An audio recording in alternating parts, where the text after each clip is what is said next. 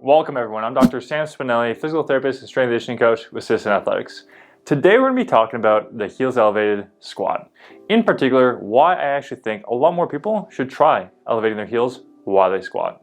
Now in this discussion, we want to consider why do you actually squat? And there's four main reasons why most people squat. Number one, to increase the strength of their legs. Two, because it's for performance benefits and they're looking to increase their ability to improve vertical force production for things like jumping, sprinting, and other athletic activities. Three, they're trying to increase their muscle mass in their quads, adductors, and glutes. And then the fourth and final reason is that they are a competitive power lifter. Now for three of those four reasons, we can make a strong argument that elevating your heels is probably going to lead to better results. Let's discuss why. The first main reason is that generally, when we go to a deeper depth, so increasing the range of motion that we utilize, you're going to get more benefit. If you're looking to increase your strength, increase your hypertrophy, you'll likely see more results from going to a deeper range of motion that you can control well. That last detail is a key point, control well. And that's where the heel elevation comes in particularly, because just telling people to squat deeper doesn't necessarily correspond to a good looking deep squat. Now, most people struggle in squatting to a deeper depth as it is. Generally, you're going to see individuals will squat to a quarter depth, a half depth, maybe even to a parallel depth. Outside of most competitive squatters, you don't usually see individuals squatting to a very deep depth in general. As you do see individuals try to squat deeper, it's common to see a few deviations as they do that. Number one is a butt wink. We did a previous video on this where we discussed butt wink in a fairly good depth, so I'll link that down below. But as a quick general, it's where we see that posterior rotation of the pelvis as someone squats deeper. And that's going to be something that we can usually adjust to very well. It's not inherently bad, but it does take away from some of the goals that come with why people squat. Second one, you see individuals will take a wider stance and a more toe-out stance. This is actually something that I do myself, as it allows me to sink to a deeper depth, particularly because I compete in sports where I need to squat to a certain depth. And it allows my hips to be in a comfortable position and lets me stay relatively upright and move a good amount of load. It's very common. However, in doing so, it reduces the amount of challenge that we put onto our quads by going to that wider stance. And it puts more onto your adductors and a bit more onto your glutes. So if you're squatting to try to specifically build up your quads or trying to keep a more inline foot position because your goal is for specific things with performance, such as a sprinting action, well then having your feet go really wide and toed out might take away from that. And then the third deviation that we commonly see is a squat morning. And this is where someone comes down and as they're descending into the bottom position, they bend forward significantly. And this is usually because the individual can't let their knee travel any more forward and they're just trying to find a way to get the bar further down, but they're not necessarily actually moving down themselves. And so for all of these main things, we can usually address this by elevating the person's heel. So let's have a quick look at that. As you can see, when we elevate the heels, what it does is it actually starts us off in a position of slight plantar flexion. When we have our foot flat on the ground, we're in a relatively neutral position. So by having the heel lifted up, it actually starts us off at a bit more of a negative angle.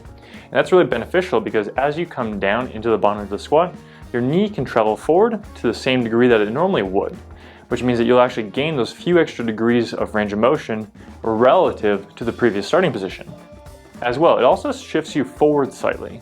So you can see by elevating the heel, it kind of translates the entire system slightly more forward, which is going to be beneficial for targeting the quads to a greater degree. And it also makes it a little bit easier for individuals who struggle with sitting down and they tend to sit really far back.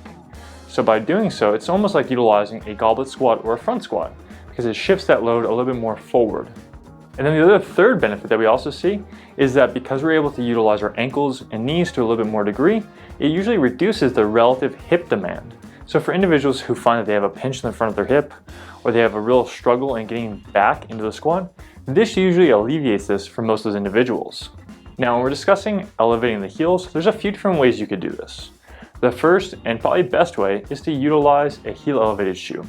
This is going to be the safest option, particularly if you're going to be going into heavier squats. I'm a big fan of companies like Nike, Position USA, and Adidas. These are companies that have demonstrated across time that they make good quality shoes. They also look fly, which is going to be really important so you're crushing big squats and looking good. Additionally, if you don't have these kinds of shoes, you don't have the income for them, you're not looking to regularly do heavy squats, you could just elevate your heel on something. The key detail is that you want to make sure it's something safe and something you can consistently do in a similar pattern. That's where you'll often see individuals who elevate their feet up on small change plates is an okay option, but it comes with a challenge of number one, trying to find where it is in space as you walk back. And also it might not be consistent placement, as when you go to squat, you might have them in different locations, which can be very challenging. So instead of utilizing a change plate, having some sort of mat or some sort of heel elevation option is going to be more beneficial in general. As well, it also comes with having something that's more sturdy and stable. You don't want to have something that's going to be squishy, something that's going to slide around as you try to squat, because that's just going to come with inherent danger. Now, those are going to be some of the main reasons why you're going to want to elevate your heels while you squat, as well as discussing how to do it safely. The last thing we wanted to touch in on is actually some concerns that come with this, particularly discussions about it making you lose range of motion, it being dysfunctional, and it being a way for you actually not to learn how to squat. So let's start off with the first one, losing range of motion. This is an interesting argument, because if you think about it, when you do a normal squat, if you came down and you got into 20 degrees of dorsiflexion, versus if you elevate your heel and you come down into 20 degrees of dorsiflexion, you've come to the same spot regardless. So how would you inherently lose range of motion from that? In contrast, if for some reason you didn't go through the same amount of range of motion, such as when your foot's flat on the ground, you hit 20 degrees, versus a heel elevation, you only hit 15 degrees, why would that inherently make you lose range of motion? Do we view the deadlift, where we keep a vertical shin, as a way that causes you to lose ankle range of motion? No, we view it as a different entity. You don't start losing range of motion just because you don't access it to the maximum degree every time you do a movement. If you're really concerned with ankle dorsiflexion range of motion, you should really look at what movements are you doing that maximize that specifically, such as calf raises, not trying to elevate your ankle dorsiflexion with squatting. The second one is on the topic of it being dysfunctional. Now, this is a really interesting topic because it really comes down to how are we defining functional? When I look at prescribing exercises for my clients and the team with System Athletics, I think, what benefit will they get from doing this movement? And in particular with squatting, as we discussed, working on developing the quads, the glutes, helping increase vertical force production, and all those other characteristics. By elevating the heels, you could argue that you probably get more out of it, because now you're able to actually work the quads to a higher degree, you're probably able to sink to a deeper range of motion, and get all those benefits we discussed earlier. So if your goal is to be stronger, develop more muscle mass, increase vertical force production, you're probably going to be more functional by going to a heel elevated squat. The last concern that you commonly will hear is that people say that by squatting with a heel elevation, you're not going to learn how to squat. And first off, everybody doesn't have to squat, at least not in the traditional way. If you're not trying to be a competitive powerlifter, you're not going to find too many events that require you to squat with your feet flat on the ground. It's not a very common activity that people are required to do. As well, we don't see the same argument stand up in other places. If you see someone walk on an inclined treadmill, do they suddenly lose the ability to walk on flat ground? It's a completely different activity, and it uses different ranges of motion to the same degree that elevating your heel does. So it's a kind of an odd argument to try to make. It's a skill, not necessarily a specific one that requires such a degree you have to practice it in the exact same way to become better at it. Now, transitioning to the case of a powerlifter, if you are a competitive powerlifter trying to maximize your squat, that does become a much more specific skill where you do want to train the actual pattern that you're doing. If you're going to be going to a competition, doing a 1-rep max on a platform, you want to practice that at least getting closer to your meet in a much more specific way. So if you don't squat competitively with your heels elevated, then you probably don't want to practice that to such a high degree as you get closer to a meet.